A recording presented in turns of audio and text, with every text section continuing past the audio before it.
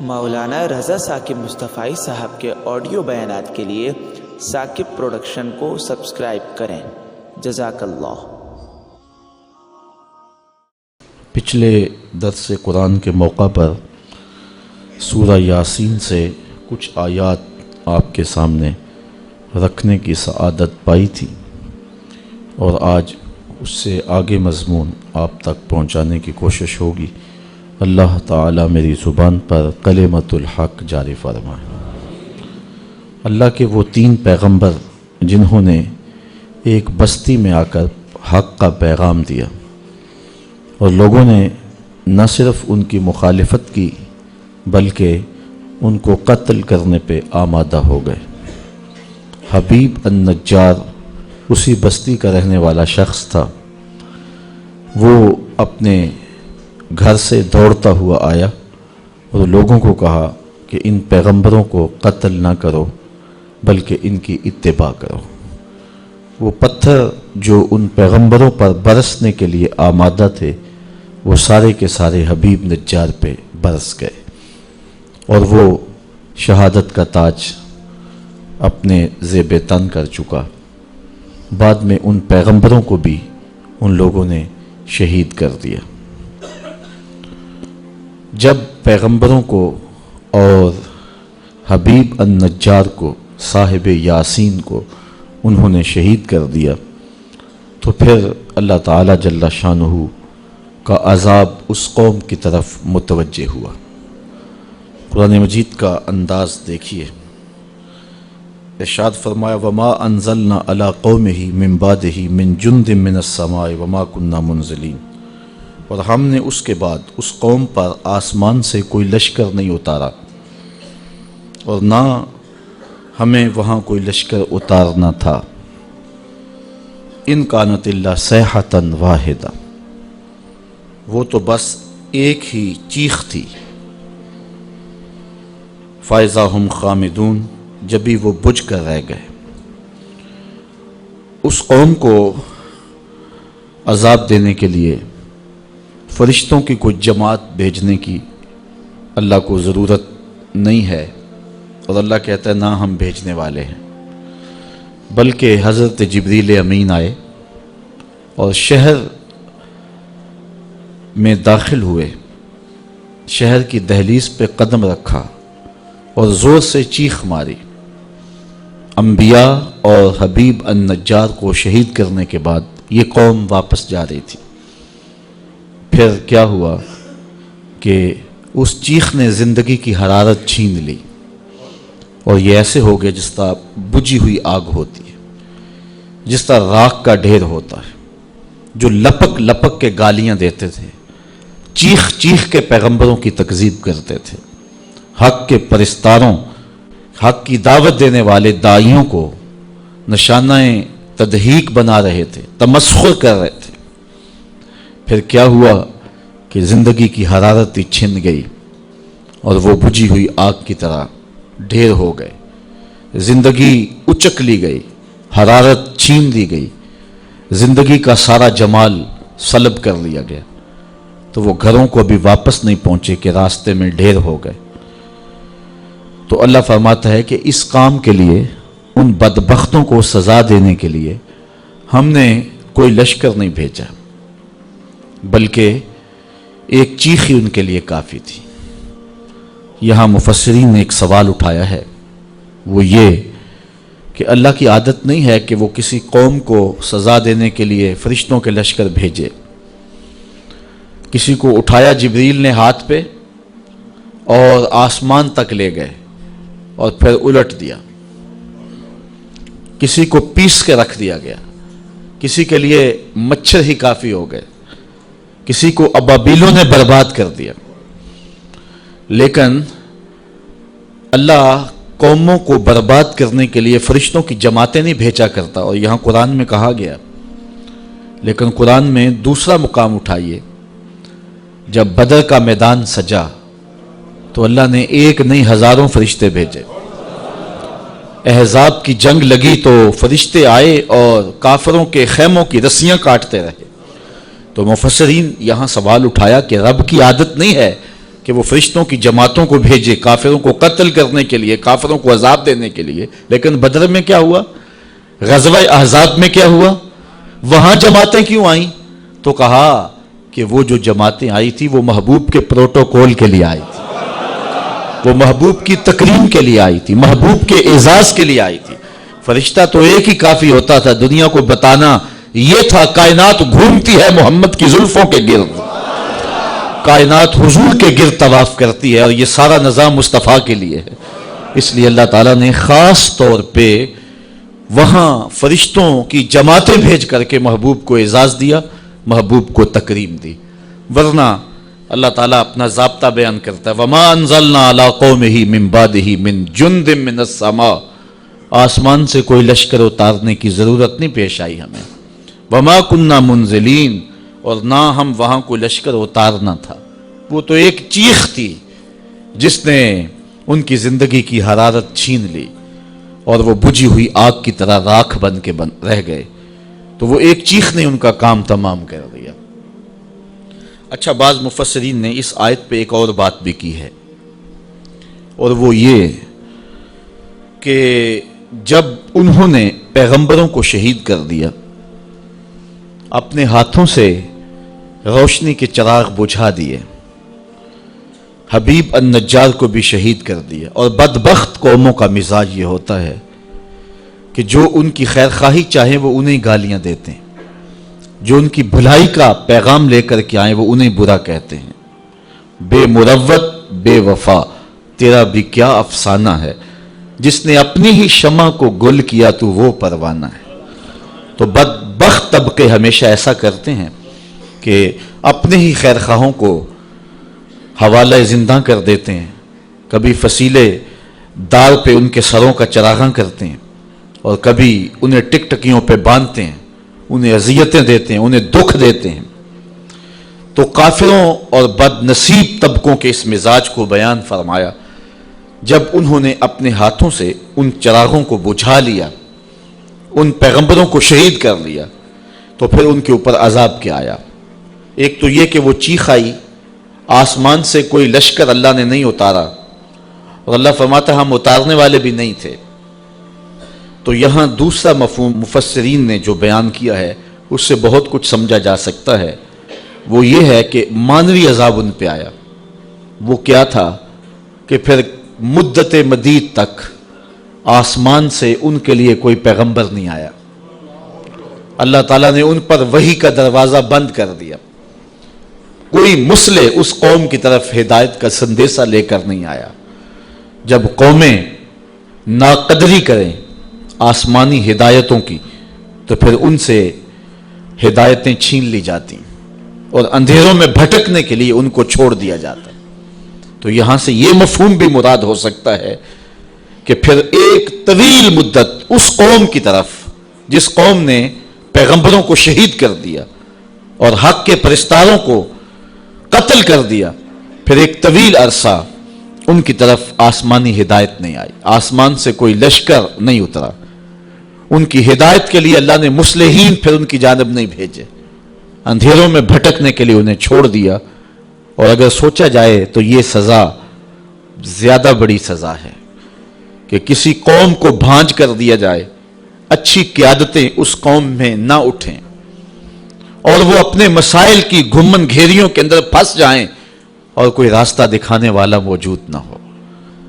جب ٹیلنٹ کی قدر نہیں کرتی قوم کوئی بھی، تو پھر ان عذابوں میں اسے مبتلا کیا جاتا ہے۔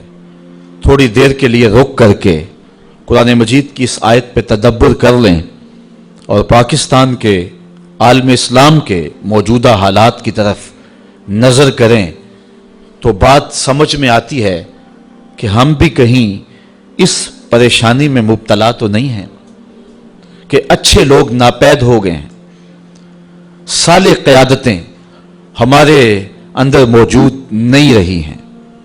جب سیاسی زعماء وائٹ ہاؤس کی چاکری سعادت مندی سمجھیں، جب علم اور دستاریں پلاٹوں کے بدلے بیچی جائیں، اور جب ڈیزل کے ڈرم پہ اسلام کو فروخت کر دیا جائے، اور جب آبروؤں کے سودے چند ڈالروں کے عوض کیے جائیں اور یہ قیادتوں کے لچھن ہوں تو قوموں کے لیے اس سے بڑی مصیبت اور کوئی نہیں ہو سکتی۔ تو جب قومیں اچھوں کی قدر نہیں کرتی تو پھر اس طرح کے لوگ مسلط کر دیے جاتے ہیں۔ آج ملک الیکشن کی جانب بڑھ رہا ہے اور ہم جن حالات میں ہیں امید کا چراغ بہرحال روشن رہنا چاہیے۔ اللہ تعالیٰ کے لیے کوئی مشکل نہیں ہے، وہ چاہے تو اٹھے سینہ صحرا سے حباب، بنجر زمینوں سے بھی پھول اگا سکتا ہے، اس بات پہ وہ قادر ہے۔ حالات کے پلٹتے ہوئے دیر بھی نہیں لگتی، لیکن اللہ تعالیٰ کی جو عادت ہے وہ یہ ہے کہ جب قومیں اپنے مزاج نہیں بدلتی، اپنی کرتوتیں ٹھیک نہیں کرتی تو اللہ ان پہ رحمت کی چھتڑیاں نہیں تانتا۔ اس وقت امیدوں کے چراغ ہم ضرور روشن رکھیں، لیکن مجھے تو حالات جس طرح اب ہیں ایسے ہی دکھائی دے رہے ہیں۔ حدیث میں ہے، حضرت عبداللہ ابن عباس سے مروی ہے کہ حکمرانوں کے دل اللہ کے دست قدرت میں ہیں۔ جب لوگ اچھے نہ رہیں تو اللہ ان کے دل لوگوں کے لیے سخت کر دیتا ہے، اور جب لوگ اچھے ہو جائیں تو اللہ ان کے دل لوگوں کے لیے نرم کر دیتا ہے۔ کسی نے حجاج بن یوسف سے کہا تھا کہ تو حضرت عمر کا دور حکومت دیکھا ہے، ان جیسا انداز حکمرانی کیوں اختیار نہیں کرتا؟ یہ وہ شخص ہے کہ حضرت حسن بصری نے کہا تھا کہ پچھلی امتوں کے لوگ اپنے سارے ظالم لے آئیں اور ایک پلڑے میں رکھ دیں، ہم حجاج بن یوسف کو ایک پلڑے میں رکھ دیں گے، اس کا پلڑا پھر بھی بھاری ہوگا۔ 70,000 شخص اس نے اپنے ہاتھ سے کاٹے ہیں، 90,000 لوگ اس کے حکم سے قتل ہوئے ہیں۔ تو کسی نے اسے کہا، جرت کر دی، کہا کہ تو نے حضرت عمر کا زمانہ دیکھا ہے تو ان جیسا انداز حکمرانی کیوں نہیں کرتا؟ تو اس نے جواباً کہا تھا، تبازروا اتعمر لکم، تم ابو ذر غفاری جیسی رعایا بن جاؤ، میں عمر جیسا حکمران بن جاتا ہوں۔ مجھے کسی نے کہا کہ جاتے جاتے اتنے ارب روپے یہ لوگ جو ہیں وہ آخری دن لے گئے، حقیقت کیا ہے میری بحث اس پہ نہیں ہے، لیکن میں نے اس کا جواب یہ دیا کہ صاحب وہ تو اربوں روپے لے کے جا سکتے تھے، لے گئے، ہم اور کچھ نہیں کرتے تو جاتے ہوئے مسجد سے جوتا اٹھا کے لے جاتے۔ جو ہم کر سکتے ہیں وہ ہم کر رہے ہیں، اور جو وہ کر سکتے تھے وہ کر رہے ہیں۔ میں نے اپنی قبر میں جانا ہے، اپنا حساب دینا ہے، آپ نے اپنی قبر میں جانا ہے، اپنا حساب دینا ہے۔ قوم کو اجتماعی روشنی دینے کے لیے کوشاں بھی ہونا چاہیے، لیکن ہمیشہ خیر کا آغاز اپنی ذات اور اپنے گھر سے ہوتا ہے۔ میں اور آپ دیکھیں کہ ہم کہاں کھڑے ہیں۔ آج پوری دنیا کے اوپر ہمیں ایک سوال کا سامنا کرنا پڑتا ہے، لوگ ہمیں پوچھتے ہیں تمہارا عالمی قائد کون ہے؟ تو 72-73 فرقوں میں بٹی ہوئی امت کس شخص پہ انگلی رکھے کہ یہ ہمارا متفقہ قائد ہے؟ آج بٹی ہوئی یہودیت اور بٹی ہوئی عیسائیت بھی اپنا ایک مشترکہ قائد رکھتی ہے۔ آج پوپ کی بات حرف آخر ہے، لیکن ایک حرم رکھنے والے، ایک قرآن رکھنے والے، ایک رسول رکھنے والے آج کوئی ایسا شخص نہیں بتا سکتے کہ جس پہ امت متفق ہو۔ اور فرقوں اور گروہوں کے نمائندے تو آپ کو مل جائیں گے، لیکن امت کا مشترکہ قائد آپ کو نہیں ملے گا۔ کہیں ہم اس عذاب میں مبتلا تو نہیں ہیں کہ ہم نے اچھوں کی قدر نہ کی اور نتیجے کے اندر ہمیں بونے قسم کے لوگ دے دیے گئے اور حقیقی قیادتیں ہم سے چھین لی گئیں، اور اگر ہم اپنی روش تبدیل نہیں کرتے ہیں تو یہ عذاب بڑھتا چلا جائے گا۔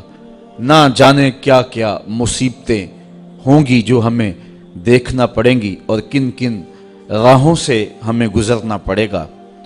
جب قوموں کے یہ مزاج ہوتے ہیں تو پھر اللہ کا جو قانون ہے وہ حرکت میں ضرور آتا ہے۔ تو اس قوم نے ان پیغمبروں کی تصدیق نہیں کی، ان کے دست و بازو نہیں بنے، ان کے ساتھ نہیں چلے، پھر کیا ہوا؟ اللہ فرماتا ہے ہم نے آسمان سے کوئی لشکر نہیں اتارا اور نہ ہم اتارنے والے تھے، بلکہ وہ ایک چیخ تھی جس چیخ نے انہیں پیس کے رکھ دیا اور وہ بجھی ہوئی آگ کی طرح ہو گئے۔ یا حسرتن علی العباد، اور کہا گیا ہائے افسوس ان بندوں پر ہائے افسوس ان بندوں پر، ما یاتیہم من رسول الا کانوا بہ یستہزئون، جب ان کے پاس کوئی رسول آتا ہے تو یہ اس کا مذاق ہی اڑاتے ہیں، یہ اس کا ٹھٹھا ہی کرتے ہیں۔ یا حسرتن علی العباد، یہ قول کس کا ہے؟ قرآن مجید نے جو یہ قول بیان کیا ہے، یہ قول کس نے کہا؟ تو ایک بات تو یہ کہ ماحول ہی بتا رہا تھا کہ جب پیغمبروں کو شہید کر لیا، حبیب نجار کو قتل کر دیا، اپنے ہاتھوں زندگیوں کے گلے گھونٹ دیے، خود اپنے منہ سے وہ چراغ جن کی روشنی میں کچھ سجھائی دے سکتا تھا خود بجھا بیٹھے، تو پھر اس شہر کی اینٹ اینٹ بولنے لگی یا حسرتن علی العباد، افسوس ہے ان بندوں پر کہ جن سے روشنی لینی تھی ان چراغوں کو ہی بجھا دیا۔ اس ماحول کا ذرہ ذرہ بول رہا تھا یا حسرتن علی العباد، بندوں پر کتنا افسوس ہے کہ وہ ہدایت کے چراغ خود بجھا رہے ہیں۔ اس شہر کی دیوار و در سے آواز آ رہی تھی یا حسرتن علی العباد، ہائے افسوس ان بندوں پر کہ انہوں نے چراغ زندگی خود ہی بجھا دیے۔ ایک قول یہ ہے کہ اس کے قائل فرشتے ہیں کہ جب پیغمبروں کو شہید کر دیا، حضرت حبیب النجار کو شہید کر دیا، اور نہ صرف شہید کیا، ان کے بدن کی بوٹیاں نوچی، آپ سن چکے ہیں، سر پہ آرا رکھ کے پاؤں تک چیر دیا، اور کس طرح اذیتوں سے دو چار کیا، پتھر برسائے، گڑا کھود کے اس میں ڈال کر کے اوپر سے مٹیاں ڈھیل دی۔ تو پھر فرشتوں نے آ کے کہا یا حسرتن علی العباد، افسوس ان بندوں پر۔ ایک قول یہ ہے کہ پیغمبروں نے کہا کہ افسوس بندوں پر کہ ہم ان کی ہدایت کے لیے آئے اور یہ ہمیں الٹا جو ہے وہ پتھر مار رہے ہیں۔ ایک قول یہ ہے کہ خود رب اس کا قائل ہے، کہ رب ہی کہہ رہا ہے، یہ حکایت نہیں کی جا رہی، یہ رب کا فرمان ہے، اس کا قائل خود رب ہے کہ افسوس بندوں پر کہ جب میں رسول بھیجتا ہوں ان کی ہدایت کے لیے تو یہ خود ان چراغوں کو بجھانے کے درپے ہو جاتے ہیں۔ اچھا، ایک قول یہ ہے کہ اس کے قائل خود کافر، یا حسرتن علی العباد کے جو قائل ہیں وہ خود کافر ہیں، اور عباد سے مراد وہ رسول ہیں، یعنی کافروں نے کہا۔ پھر مفہوم تھوڑا سا اس کا اور ہو جائے گا کہ ان پیغمبروں کو جب شہید کر لیا تو پیغمبروں کی شہادت کوئی معمولی واقعہ تو نہیں تھا، پھر ضمیر ٹھوکریں مارنے لگا، اندر اداس ہو گئے، روحیں اجڑ گئیں۔ جب چراغ روشن تھے اس وقت تو پتھر مار رہے تھے، لیکن جب پتھر مار کے چراغ توڑ دیے اب اندھیرا پھیلا، اب اپنا ہاتھ بھی سجھائی نہیں دے رہا تھا، تو اب کافر خود ہی افسوس کرنے لگے، ہائے کیا ظلم کر بیٹھے، نور کے ان مجسموں کو توڑ دیا، ہم نے چراغ زندگی بجھا دیے، جن کے وجود سے خوشبوئیں پھوٹتی تھیں، ہم نے ان وجود سے اپنے آپ کو دور کر لیا، اب وہ خود ہی حسرت کر رہے ہیں یا حسرتن علی العباد، ہائے افسوس کہ ہم نے کیا کر لیا۔ چونکہ ظالم ظلم کرنے کے بعد بھی جو ہے وہ مطمئن نہیں ہو سکتا ہے، اور جو مظلوم ہے وہ ظلم سہنے کے بعد بھی قرار میں رہتا ہے۔ اس بات کو سمجھنے کے لیے ایک معمولی سا مختصر سا شعر ہے، اور تھوڑے لفظوں میں سہل ممتنع ہے لیکن بڑا خوبصورت کسی نے کہہ دیا کہ لوٹ کر بھی کوئی بے چین رہا، لوٹ کر بھی کوئی بے چین رہا، اور لٹ کے بھی چین سے سویا کوئی، لوٹ کر بھی کوئی بے چین رہا، لٹ کے بھی چین سے سویا کوئی۔ یہ لٹے ہوئے تو جنت کے باغوں میں سیر کر رہے ہیں، جن کی ہڈیاں توڑی جا رہی ہیں، حوریں ان کی ناز برداریاں کر رہی ہیں، اور یہ پتھر مارنے والے اب اداس پھر رہے ہیں، اب اندھیرے میں ٹھوکریں کھا رہے ہیں، اب یہ کہہ رہے ہیں یا حسرتن علی العباد۔ اور پھر جب اللہ کے عذاب کی بجلیاں گرجتی دکھائی دی تو اب پریشان ہو گئے کہ ہائے انہی لوگوں کے قدموں سے چمٹ کے پناہ مانگ لیتے، اب ہم نے وہ چراغ بھی بجھا لیے، اب ان کڑکتی بجلیوں سے کون بچائے گا، عذاب الہی سے کون محفوظ کرے گا۔ جنہوں نے محفوظ کرنا تھا، جو پناہ گاہیں تھی، ہم نے وہ پناہ گاہیں ہی توڑ دی، تو اب وہ خود کہہ رہے تھے یا حسرتن علی العباد، ہائے افسوس۔ اللہ اکبر۔ صاحبو، اگر قرآن مجید کی اس آیت کے مفہوم کو آپ دل میں جگہ دے چکے ہیں اور فہم اس بات کو قبول کر چکا ہے کہ اب وہ کیا کہہ رہے ہیں، کافر خود کہہ رہے ہیں، تو پھر بات سمجھنے میں دیر نہیں لگتی کہ جو حق ہوتا ہے وہ خود ہی بولتا ہے.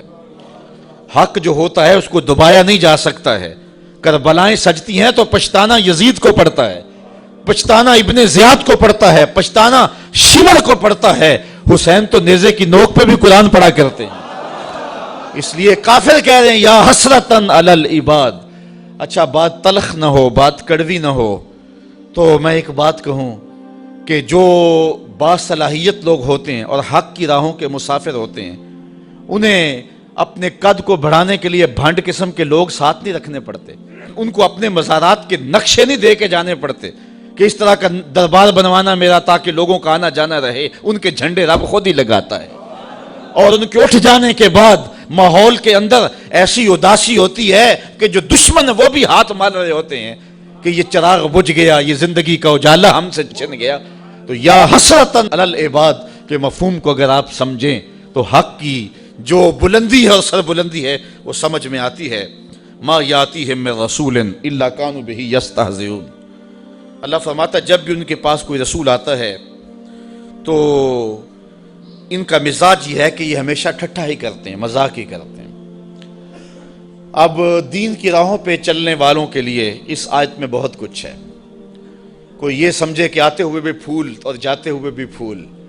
صاحب نہیں, یہ تو کانٹوں کی سیج ہے. یہاں تو مقاومتیں بھی ہوں گی, مخالفتیں بھی ہوں گی, اذیتیں بھی ہوں گی, دکھ بھی ہوں گے, تان و تشنیع کے برستے تیر بھی ہوں گے, لوگ گالیاں بھی دیں گے. جب پیغمبروں کو بھی لوگوں نے گالیاں دی, اللہ کا کوئی پیغمبر ایسا نہیں آیا کہ جس نے آ کے پیغام حق دیا ہو اور لوگوں نے مخالفت نہ کی ہو. چونکہ جس کے مفادات پہ زد پڑے گی وہ مخالفت تو کرے گا, وہ مقاومت تو اٹھائے گا, وہ تانے تو دے گا, وہ ماحول سازی مخالفت میں تو کرے گا, وہ اپنی بدتمیزیوں کا اظہار کسی نہ کسی طریقے سے تو کرے گا.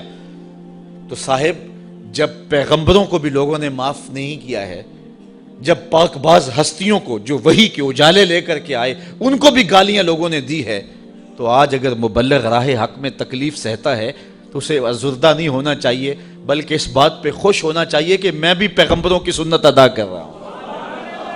مجھے بڑی اچھی بات آج بڑی دیر کے بعد یاد آئی. ایک زمانہ تھا جب درس قرآن کا نیا نیا آغاز ہوا تو لوگوں کا رجحان ہوا, تو ہماری بستی کی حالت تو خستہ ہی تھی, لیکن کچھ لوگ جب راغب ہوئے تو ایک صاحب نے ایک شوشہ چھوڑا اور اس نے کہا کہ اس شخص کے پاس جادو ہے اور جو جادو کر کے لوگوں کو اپنے قریب کر لیتا ہے. تو میرے ایک دوست تھے پیر بھائی, تو وہ بڑے ازردہ سے ہو گئے. اب تو برداشت کی سکت سب میں ہے, چونکہ روز جو ہو رہا ہے ہمارے خلاف تو اب تو عادت بنتی جا رہی ہے, لیکن اس زمانے میں بڑا مشکل تھا. تو اس نے کہا جی فلاں نے آپ کو جادوگر کہا ہے. تو میں نے کہا اچھا حضور کی یہ سنت بھی ادا ہوگی, چونکہ حضور کو بھی جادوگر کہا گیا تھا. میرے ایک استاد ہیں, وہ مجھے ایک دن آ کے کہنے لگے کہ کچھ لوگ کہتے ہیں کہ رضا ثاقب کے پاس تسخیر قلوب کا وظیفہ ہے, اور وہ صبح فجر کے وقت جب سورج چڑھا ہوا ہوتا ہے تو سورج کی جانب منہ کر کے پڑھتا ہے, اور اس کے والد صاحب نے اسے بتایا ہوا ہے. تو اتنے لوگوں کا جو ہجوم ہے اس کے پاس یہ اس وظیفے کی وجہ سے ہے. تو میں نے کہا استاد جی اگر آپ اجازت دیں تو اس مرتبہ مصطفی اجتماع میں وہ وظیفہ بتا ہی نہ دوں سب کو. تو میں نے ان کو کہا کہ میں اس مرتبہ بتاؤں گا. تو خیر مصطفی اجتماع کے اوپر جو کیفیت تھی تو بات ادھر نہ آ سکی اور میں وہ وظیفہ نہیں بتا سکا. تو چلو آج میں بتا دیتا ہوں. وہ وظیفہ یہ ہے کہ جس نے یہ بتایا ہے کہ فجر کے بعد پڑھتے ہیں اس کو مغالطہ لگ گیا, میں فجر کے بعد نہیں پڑھتا. وہ وظیفہ شروع ہوتا ہے ظہر کے وقت اور ختم ہوتا ہے جا کے رات 2 بجے, اور وہ ایک جگہ بیٹھ کے نہیں پڑھنا پڑتا. وہ کبھی گجرانوالا, کبھی سیالکوٹ, کبھی راول پنڈی, کبھی ساہیوال, کبھی ہڑپے, کبھی کراچی, کبھی بیرون ملک, کبھی مسجد میں, کبھی ہال میں, کبھی گلی میں, کبھی بازار میں. اور وظیفہ پڑھنے کے بعد بس چپکے سے گھر لوٹ جاؤ. پھر کن انکھیوں سے نہ دیکھو کہ پیچھے کوئی خدمت کرنے والا آ رہا ہے یا نہیں آ رہا, اور پھر چپکے سے گھر چلے جاؤ, آرام سے سو جاؤ. 6 ماہ وظیفہ کر کے دیکھ لو, زمانہ تمہارے قدم بھی چومے گا. تو یہ آسان سا وظیفہ ہے, اسے کرو, محنت کرو. یہ ہے تسخیر قلوب کا وظیفہ. تو حق کی راہوں پہ چلو گے تو لوگ کیا کچھ نہیں کہیں گے, گالیاں بھی ہوں گی, بلکہ اب تو گالی سے بات گولی تک جا پہنچی ہے۔ پہلے لوگ اپنے نظریے کو منوانے کے لیے دلائل دیتے تھے، پھر ممبر و محراب سے گالیاں شروع ہو گئیں، اور اب تو بات گولی تک پہنچی ہے، خود کش دھماکے تک پہنچ گئی ہے۔ میرے نظریے کو نہیں مانتے، میری فکر کو نہیں مانتے تو میں خود کش دھماکے سے اڑا کے رکھ دوں گا تمہیں۔ عجیب رنگ ڈھنگ ہو گئے، عجیب صورتیں ہو گئی، تو ظاہر ہے جس کے مفاد پہ زد پڑے گی وہ مخالفت کرے گا۔ وہ کیا کسی نے کہا تھا کہ لوگ تو فنکار ہیں اس درجہ کے پل بھر میں، سنگے در کعبہ سے بھی اصنام تراشے۔ تم کون ہو اور کیا ہے داغ کبابی، لوگوں نے تو مریم پہ بھی الزام تراشے۔ لوگوں نے تو پیغمبروں پہ، پیغمبر زادیوں پہ، پیغمبر زادوں پہ اور پیغمبروں کے باپوں پر بھی تان و تشنیع کے تیر برسائے۔ آپ تاریخ نبیوں کی پڑھ کے دیکھ لیں تو مبلغین راہ حق میں دین کا پیغام لے کر چلنے والے، حالات کی تلخیوں اور سختیوں سے گھبرانا نہیں ہے۔ یہ سورہ یاسین ہمیں سبق دے رہی ہے، تم کس کھیت کی مولی ہو، یہاں تو پیغمبروں کو گالیاں دی جاتی رہی ہیں، یہاں تو پیغمبروں کی جو ہے وہ تدحیق کی جاتی رہی ہے۔ فرمایا ما یاتیہم من رسول الا کانوا بہ یستہزئون، جب بھی ان کے پاس کوئی رسول آتا ہے تو اس کا ٹھٹھا ہی کرتے ہیں، اس کو مذاق ہی کرتے ہیں، اور اس کو جو ہے وہ تان و تشنیع کے تیر اس پہ برساتے ہیں۔ الم یروا کم اہلکنا قبلہم من القرون انہم الیہم لا یرجعون۔ اللہ تعالیٰ اشارہ فرماتا ہے کیا انہوں نے نہ دیکھا ہم نے ان سے پہلے کتنی ہی سنگتیں ہلاک کر دیں، کتنی قومیں برباد ہو گئیں، جن کا طوطی بولتا تھا آج باقی نہیں ہیں۔ اللہ اکبر۔ اور ارشاد فرمایا انہم الیہم لا یرجعون، اب وہ پلٹ کے بھی نہیں آئیں گے۔ فرعون گیا تو اب کسی ملک پہ فرعون کے بیٹوں کی حکومت نہیں ہے، فرعون بھی پلٹ کے نہیں آیا۔ خاقان گئے تو آج خاقان نظر نہیں آتے، تغلق، ایبک، فرعون مصر آج کہاں نظر آتے ہیں؟ جن کا طوطی بولتا تھا آج دنیا ان کے نام بھی نہیں جانتی۔ میں آپ سے پوچھتا ہوں، یہ میرے جو سننے والے لوگ ہیں، ان کی چمکتی پیشانیاں اور ان کی روشن آنکھیں بتاتی ہیں کہ یہ باشعور لوگ ہیں۔ چونکہ یہاں آ ہی باشعور سکتا ہے، چونکہ میرے پاس نہ تو لچھے دار تقریر ہے، نہ کان پہ رکھ کر کے میں سر کھینچ سکتا ہوں، تو پھر ظاہر ہے جو ان مقاصد کے لیے آتے ہیں وہ ہماری مجالس میں تو نہیں آئیں گے۔ یہاں تو وہی آئے گا کہ جس کے سینے کے اندر جو ہے وہ جستجو کی روشنی ہے، یہاں تو وہی آئے گا کہ جو قرآن مجید کی تفہیم کا نور اور اس کے سمجھنے کا جذبہ سینے میں رکھتا ہے۔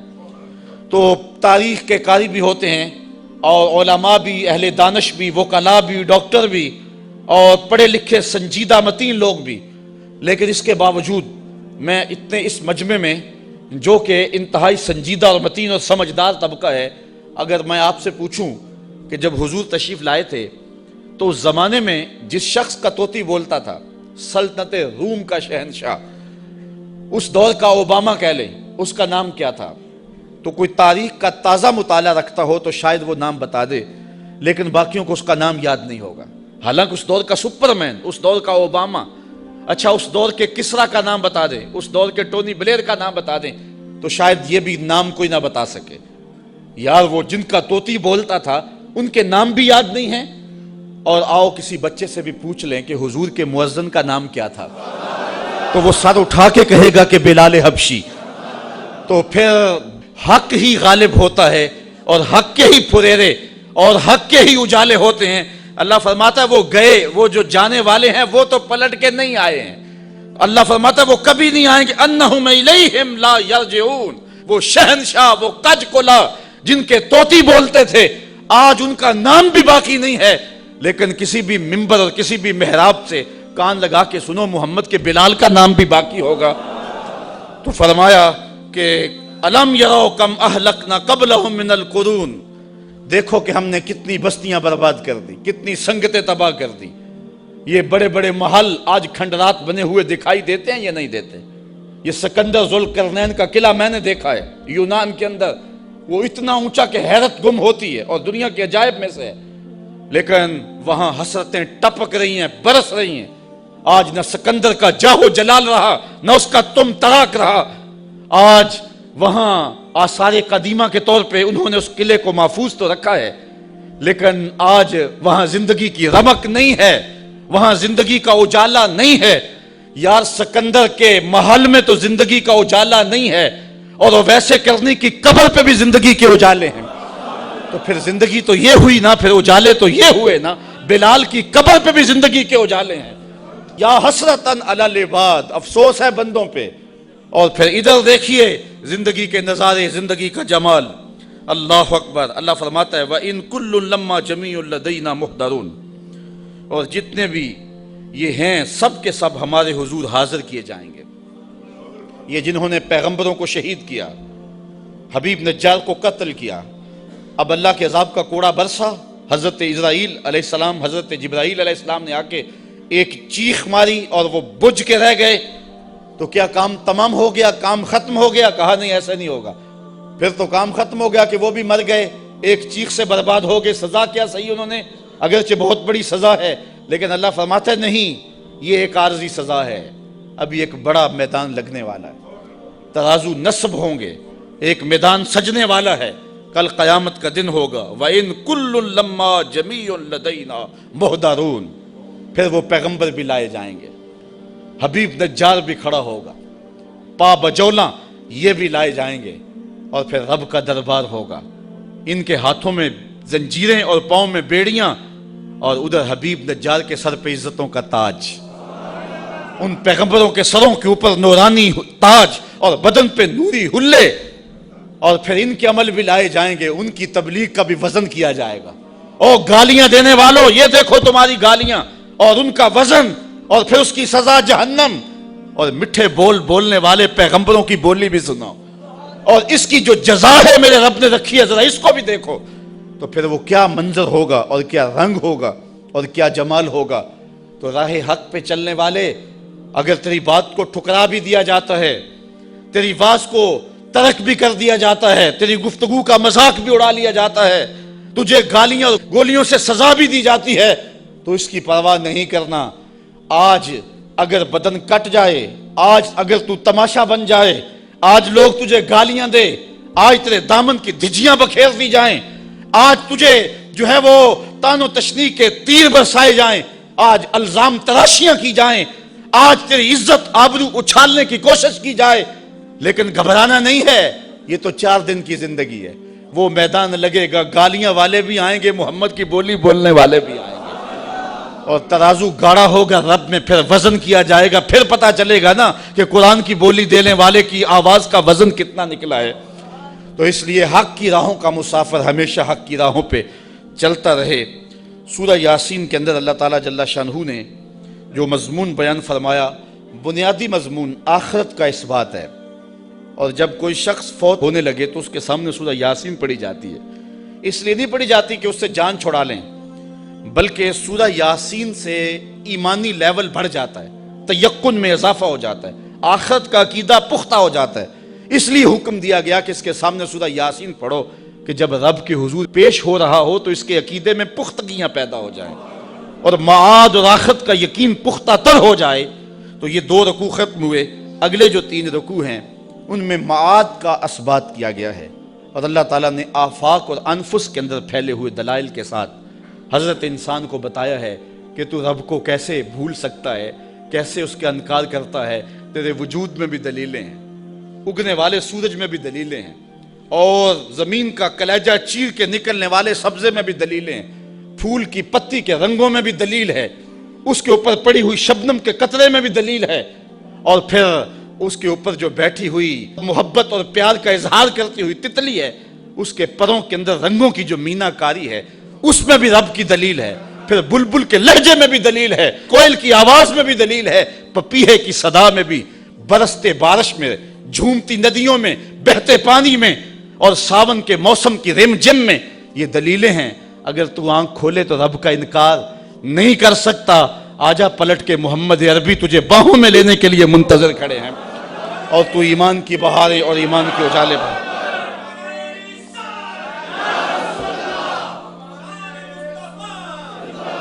اگر میں اس مضمون کو چھیڑ لوں تو وقت کے دامن میں اتنی گنجائش نہیں ہے. اللہ آپ کو جزا دے، دنیا دین کی بہاریں ہم سب کا مقسوم فرما.